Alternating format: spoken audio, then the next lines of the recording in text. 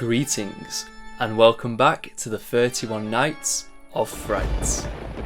In the last episode, we took a look at the 1942 RKO movie, Cat People, a psychological horror that departed greatly from the horror movies of the 1930s that were dominated by Universal Pictures and their monsters. Cat People was a sophisticated thriller and also established the Luton bus technique, or as it's more commonly known, the jump scare. So today we'll be taking another leap through time, from the 1940s to the 1950s. During this decade there was a Second World War, which is still the deadliest war in all of history, and that war ended with the use of a nuclear bomb. And this marks the beginning of a new era, the Atomic Age. After the use of nuclear weapons being dropped on Japan to end the Second World War, nuclear energy rose in popularity as both a power supply and also creating weapons of catastrophic destruction. What a lot of people might not know, however, is that during this time, many aspects of nuclear power were very much romanticized. At the start of the 50s, the US began to conduct atomic bomb tests in the desert land of Nevada. Apparently, people would spend all night in the city of Las Vegas, gambling and partying until sunrise, and wait until the morning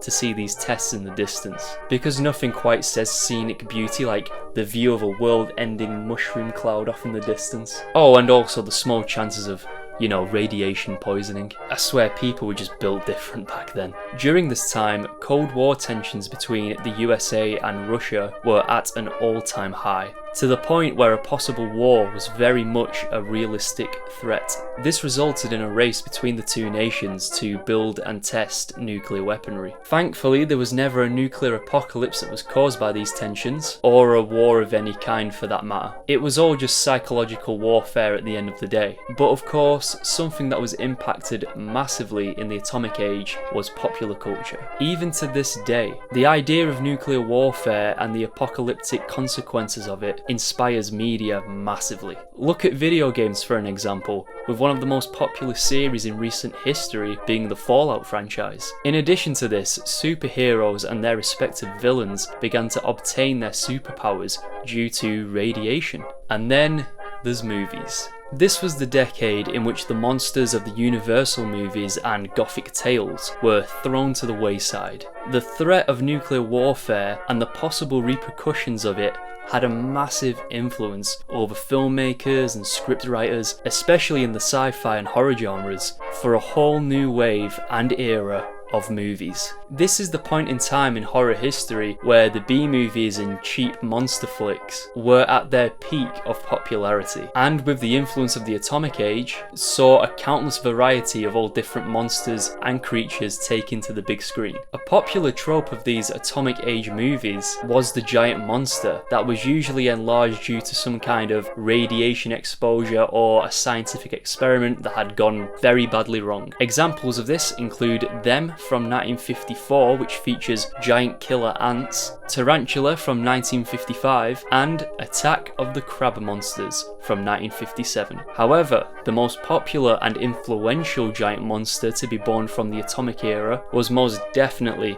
the king of the monsters himself, Godzilla, who roared onto the screens in 1954. I was deciding whether or not I should review Godzilla out of the two films that I had in mind for this episode, but I couldn't make up my mind which film I wanted to talk about, so I asked my girlfriend and she said I should most definitely return to visit our friends at Universal Studios and talk about The Creature from the Black Lagoon, which also released in 1954. Although the monster in The Creature from the Black Lagoon wasn't born from some kind of nuclear radiation or an atomic bomb test or scientific experiment gone wrong, it still follows all the cliches of the time, such as the group of scientists who are trying to figure out what the monster is and eventually defeat it. And it's still one of the most defining horror films from that decade. It also introduced audiences to a new iconic monster, the Gill Man, who is still absolutely adored and beloved all around the world to this day. As it turns out, the Gill Man would actually be the last of Universal's classic monster lineup, and therefore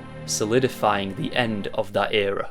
The film begins with a geological dig taking place in the Amazon rainforest. The expedition is overseen by Dr. Carl Mayer, played here by Antonio Marino, whose assistants come across a fossilized webbed hand in the rocks dating back to the prehistoric times, therefore proving that there is a yet to be discovered species from the Amazon that is a blend of both land and sea animals. Carl heads off to reunite with his friend and former student, David Reed, played by Richard Carlson, who is a fish scientist, or a fish doctor.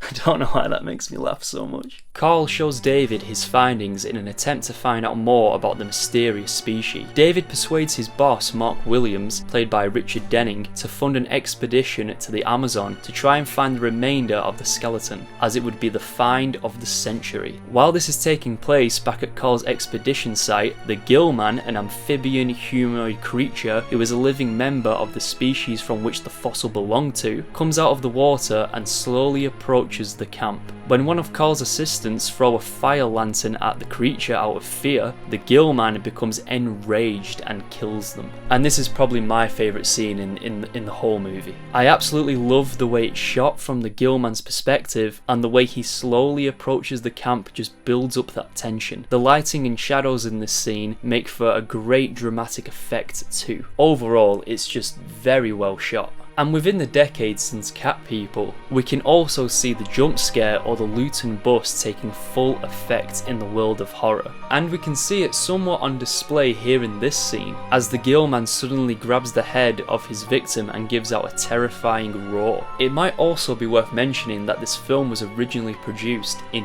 3D.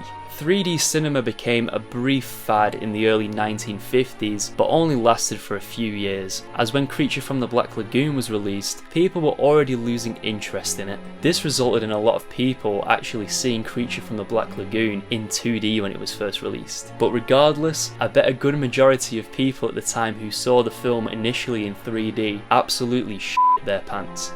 Carl, David and Mark return to the Amazon site with a crew, which includes David's girlfriend Kay, played here by Julia Adams, who always does this pause before screaming. I don't know what it is about the way she does it, but it just feels so classic. After failing to find any more fossils at the dig site, David suggests that part of the rock that may encase the rest of the skeletal fossil may have broken from the shore and drifted down the river many years ago. And the river ends up in, you guessed it, a lagoon. And in classic horror movie fashion, there are many stories and legends regarding the Black Lagoon as being cursed, as no one who went there has ever returned from it. And this is where we get our first proper look at the ghouls, in a scene where he stalks Kay as she swims in the lagoon. This also gives us what is probably the most iconic imagery from the movie, as the creature swims parallel to Kay. This scene also had a huge impact on the legendary Guillermo del Toro, and was key to the inspiration for his film The Shape of Water from 2017, a film that went on to win the Best Picture Oscar. This vision of Julie Adams swimming over the ghouls in Creature from the Black Lagoon, and I thought that's the most beautiful image I've ever seen. The underwater cinematography in this film is also done very well. Throughout the movie, the only person who the ghouls isn't hostile towards is Kay, and he's always trying to abduct her. The movie seems to suggest that the ghouls has some kind of attraction towards her, like a Beauty and the Beast sort of thing, or for a more monster related example, King Kong. Also, the man who plays the creature in the underwater scenes is a man by the name of Rico Browning, who sadly left us at the start of this year, and he managed to hold his breath for over 4 minutes in every take for this film. Soon, the remaining crew find themselves to be trapped in the lagoon by the ghouls, who has blocked their only exit. This creature feature then turns into more of a survival film, as the ghouls starts to attack and kill the members of the crew one by one, and racks up a fairly decent body count. Unlike Frankenstein, the ghouls is an absolute beast of nature and an absolute killing machine.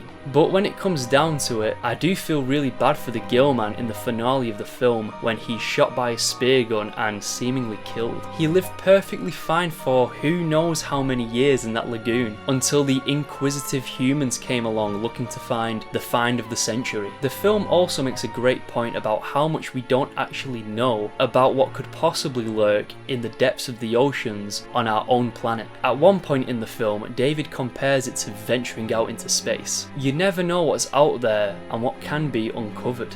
This is something that a lot of people still bring attention to today, especially on the internet. Let's be honest, we've all seen those videos regarding the existence of the prehistoric shark, the Megalodon. And just look at the myths and legends surrounding things like the Loch Ness Monster, for example. I mean, the Loch Ness Monster isn't in the uncharted and unexplored depths of the ocean, but you get my point, right? The fact is, a ridiculous percentage of our oceans have still gone unexplored. Just like how the atomic age showed how the consequences of man's actions could create monsters, the creature from the Black Lagoon reminds us that in places unexplored, the monsters may already be there.